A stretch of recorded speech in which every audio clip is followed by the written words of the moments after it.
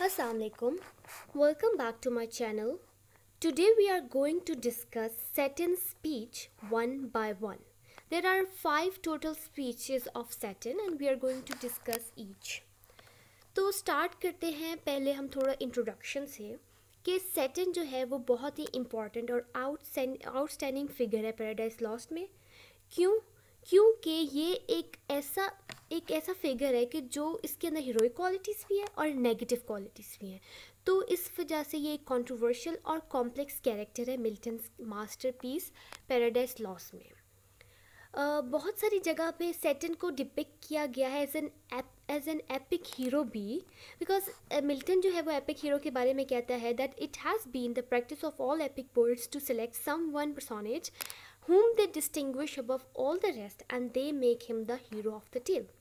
Epic hero सबसे अलग होते हैं, सबसे डिफरेंट होते हैं और सैटर्न जो है वो इस पे पूरा उतरता है। सैटर्न जो है इसका माइंड बिल्कुल डिफरेंट है बाकियों से। ये जो मिल्टन की जो पैराडाइज लॉस्ट है, तो ये हम लोग सैटर्न अगर पूरी पैराडाइज लॉस्ट पढ़ें तो हमें पता चलेगा कि सैटर्न जो है वो उसकी दोनों हमें नेगेटिव साइड भी दिखाई गई है, पॉजिटिव साइड भी दिखाई गई है कि उसने ऐसा क्यों किया और उसको ऐसा नहीं करना चाहिए था। दोनों चीज़ें दिखाई हैं।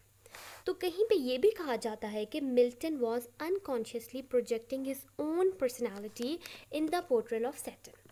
कहीं पे ये भी कहा जाता है कि मिल्टन जो है वो अपने आप को एज ए सैटर्न मतलब उसकी क्वालिटीज़ में अपनी अपनी जो है वो शख्सियत दिखा रहा था कि वो इस तरह का है। तो कहीं पे ये भी पोर्ट्रे किया जाता है, लेकिन फिर उसकी नेगेटिव क्वालिटीज़ जो है वो ख़त्म कर देती है इस बात को कि नहीं, ऐसे तो फिर मिल्टन तो फिर ऐसा नहीं था। तो हम स्टार्ट करते हैं फर्स्ट स्पीच से, हिज ओपनिंग स्पीच टू बेल्ज़ेबब।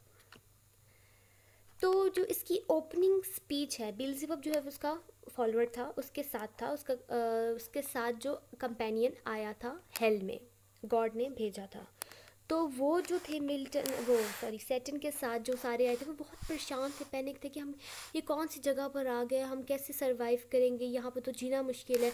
तो इस वजह से सैटर्न ने स्पीच दी अपने फॉलोअर्स को मोटिवेट करने के लिए, जिस वजह से ये है एक magnificent speech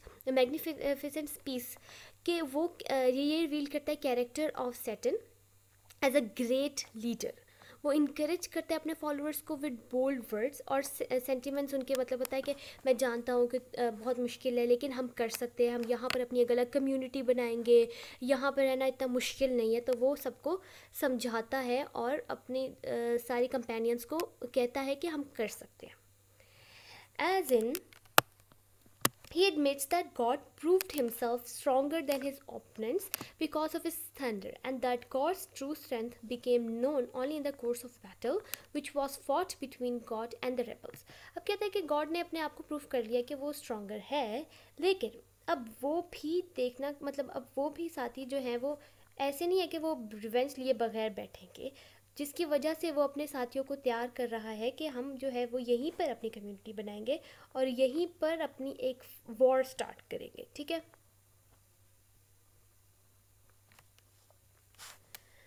Saturn asserts that he is not repentant of a rebellion against God, the heaven's ruler, that his mind is fixed. He feels a great contempt for the heavenly rule because of this sense of injured merits.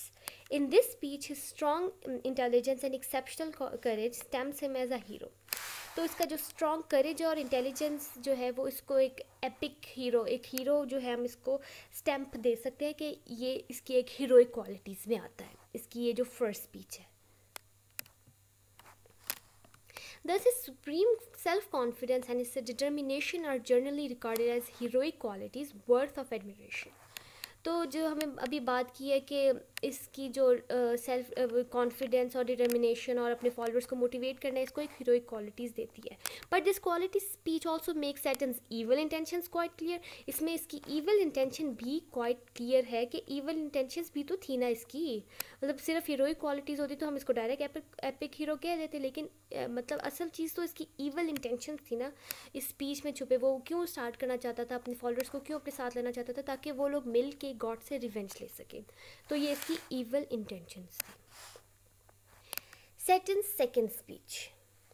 अब जो second speech है वो भी direct related है बील्ज़ेबब से, कि ये speech start होती है heroic when, but Satan's evil intentions are very soon revealed when he says, "To do aught good never will be our task, but ever to do ill our sole delight. If then his providence, out of our evil seek to bring forth good, our labor must be to prevent that." ठीक है, तो अब जो है वो बताता है कि उनका टास्क कभी भी ये नहीं रहेगा कि उन्होंने गुड करना है। गुड उनका मतलब उनकी ये इंटेंशंस नहीं है कि उन्होंने फॉलोअर्स और कम्युनिटी बनाकर अच्छी अच्छी दीन सिखाना, ये नहीं करना। उनकी इंटेंशंस गलत है, उनका इंटेंशंस डिफरेंट है। ठीक है, तो वो जो है वो चाहते हैं कि वो गॉड से किसी तरह से रिवेंज ले सकें। ठीक है, वो गॉड से किसी तरह मतलब अपनी पावर दिखा सकते हैं। मतलब गॉड ने यहाँ पे पावर दिखाई है। It is an implicit admission of God's superior strength. Satan proposes to get whatever strength he can from hope or despair.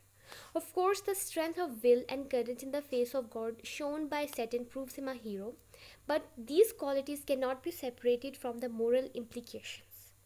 In totality, they reflect a great character became wrath.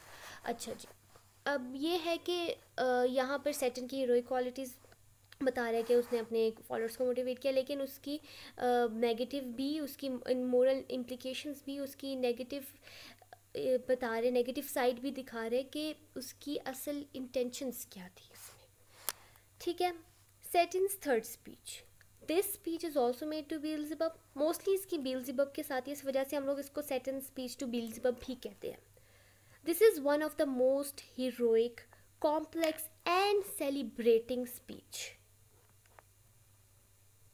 अब ये जो है वो बहुत heroic, complex और celebrating speech कैसे है, हम ये डिस्कस करते हैं अभी। These lines are often quoted when the opportunity lies itself, even by reader who has a little sense of poetry.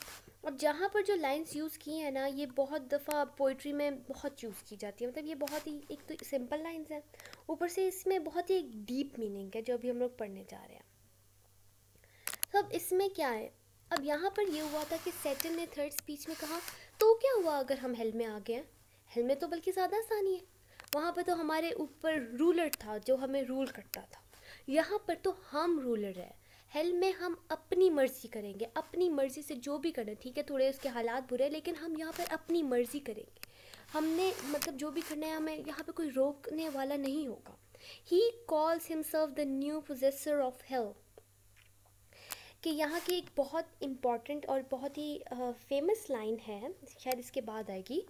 पहले तो यहाँ पर एक है, the mind is its own place and it itself can make a heaven of hell a hell of heaven, what matter where. ये mind में होता है कि आप अगर हेल में भी रहो तो आप हेवन जैसी एक चीज़ बना सकते हो, जो किसी को मोटिवेट करते हैं कि ब्यूटी लाइज इस तरह in the eyes of beholder. तो इस तरह जो है वो अगर आप हेल में रह रहे हो तो आप हेवन का सोच के उसको एंजॉय कर सकते हो। अगर आप हेवन में हो तो कभी कभी आपको हेल लगता है। तो वो इस तरह अपने फॉलोअर्स को ऐसी बातों से मैनिपुलेट करके वो अपने साथ मिला रहा है।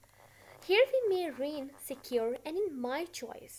To reign is worth ambition, though in hell. These statesmen no doubt have the ability to stir our imagination and urge our sympathy, but at the same time they leave us in a doubt about Milton's sentiment.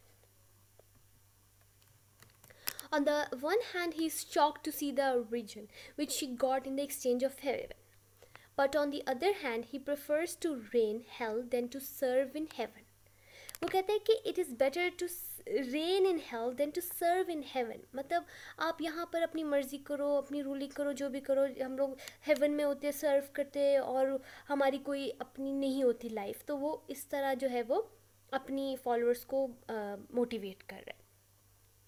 ठीक है, in fact it is the only surface glitter of Satan's speech and its high sounding phrase that impress the reader, and true substance of this speech amounts to very little. ठीक है, next speech, Satan's fourth speech. These lines are addressed to the fallen angels lying about in the confused despair. The speech certainly shows the qualities of leadership in the fallen archangel. The combined sarcasm and threat has its intended effect on the listeners. ठीक है, तो अब यहाँ पर वो कर रहा है, एड्रेस कर रहा है फॉलन एंजल्स को. फॉलन एंजल्स को जो है वो इस तरह नेम से बुला रहा है कि वो खुश हो जाए. ठीक है, प्रिंसेस कह रहा है उनको, वॉरियर्स कह रहे हैं, फ्लावर्स ऑफ हेवन कह रहा है, once yours now lost. His speech is so commanding that the followers rose out of their stupor. However, it certainly inspires his listeners to steer themselves into action. We can admire Saturn's quality as a leader, but one cannot sympathize with him, knowing that all his uh, importunities and directed towards evil. तो वो यहाँ पर अपनी जो fallen angels है उनको motivate कर रहे हैं डिफरेंट नेम्स लेके, और वो इस नेम्स की वजह से खुश होके वो जाग रहे हैं और वो कह रहे हैं कि हमें एक अच्छा फॉलोअर मिल गया और ये हमें अच्छी जगह पे लीड करेगा और ये हमें अच्छी गाइडेंस देगा. तो वो जो है वो खुश हो रहे हैं ये सुन के. वो कह रहे हैं कि पहले जो है तुम लोग फ्लावर ऑफ हेवंस थे और अभी भी वैसे ही रहोगे, अभी भी हम लोग कर सकते हैं. ऐसा नहीं है कि हम यहाँ पर आ गए तो हमारी लाइफ ख़त्म हो गई है, ऐसी कोई बात नहीं है. तो पहले उसने बिलीज़ेबब से बात की डायरेक्ट, उसने 3 स्पीचेस में, फिर उसके बाद उसने फॉलन एंजल्स के बारे में, फॉलन एंजल्स से बात की. Saturn's last speech. This speech is also addressed to fallen angels. He begins the speech with a flattering phrase by describing the fallen angels as powers matchless.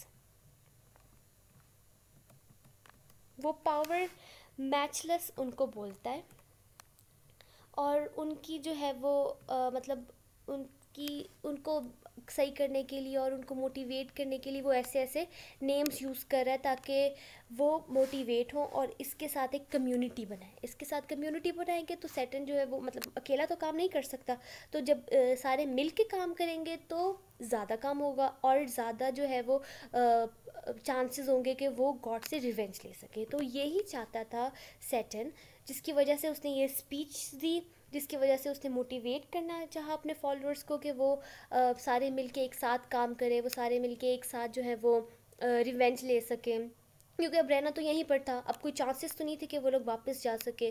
तो यहाँ पर दुखी दुखी रहते, यहाँ पे आके सैटर्न ने उनको मोटिवेट किया. तो ये दिखाती है सैटर्न की हीरोइक क्वालिटीज़, लेकिन जो उसकी इंटेंशंस थी वो थी गलत, जिसकी वजह से इसको दोनों टाइटल्स दिए गए और इसको कहते हैं कॉम्प्लिकेटेड और complex character.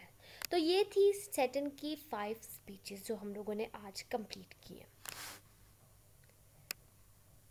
Thank you so much. अगर आपको और भी पैराडाइज लॉस्ट से रिलेटेड कोई भी क्वेश्चन पूछना हो, कोई भी बात पूछनी हो, या भी कोई भी आपने इसके बारे में एक्सप्लेनेशन करनी हो तो आप मुझे बता दें, फिर मैं नेक्स्ट वीडियो उस पर बना लूँ.